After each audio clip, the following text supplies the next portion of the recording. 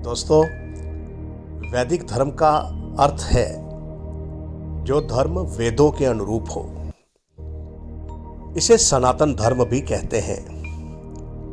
सनातन का अर्थ है शाश्वत, अर्थात हमेशा बने रहने वाला, जिसका न आदि है न अंत है और जो सृष्टि के आरंभ से ही है। सनातन धर्म में जीव की अपनी आस्था को केंद्रित करने तथा भावनात्मक रूप से ईश्वरीय सकारात्मक ऊर्जा से जुड़ने के लिए मूर्ति पूजा का विशेष महत्व दर्शाया गया है।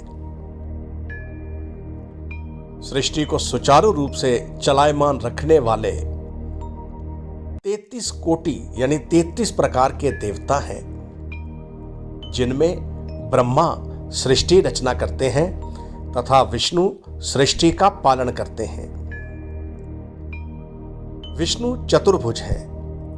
उनकी 4 भुजाएं हैं, जिनमें वह शंख, सुदर्शन चक्र, गदा और पद्म धारण किए हुए हैं। दोस्तों, क्या हमने कभी चिंतन किया कि भगवान विष्णु के हाथों में यह आयुध, इनका क्या विशेष महत्व है? याद रखिए, भगवान जो भी धारण करते हैं उनका मनुष्य के जीवन में प्रभाव होता है।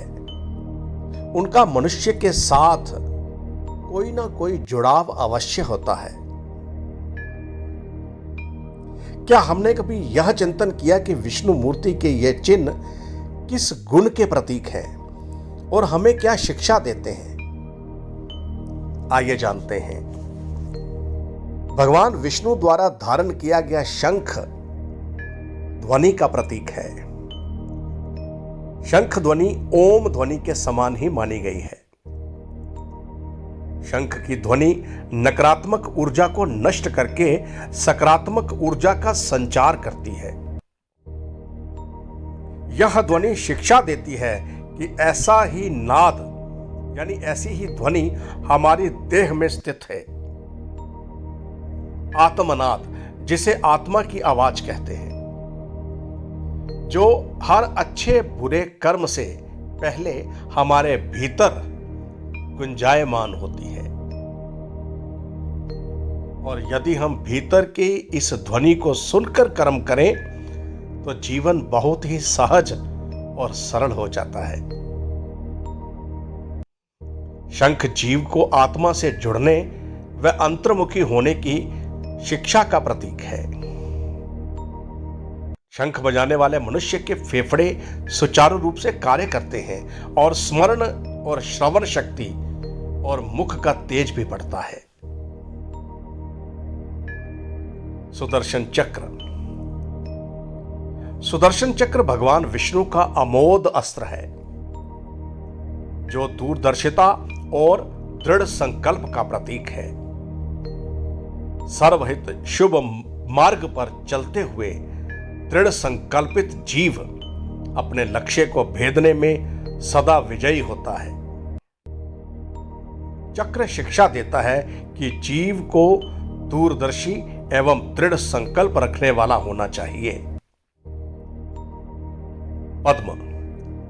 पद्म यानी कमल का पुष्प। कमल का पुष्प सत्यता, एकाग्रता और अनासक्ति का प्रतीक है।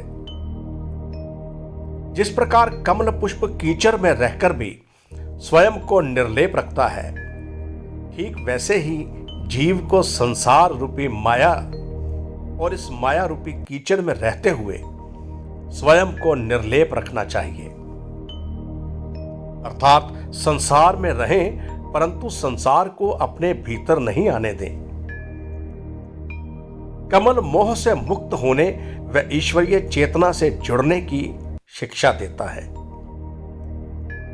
कीचड़ कमल के अस्तित्व की मात्र जरूरत है, वैसे ही सांसारिक पदार्थ मनुष्य की जरूरत मात्र है।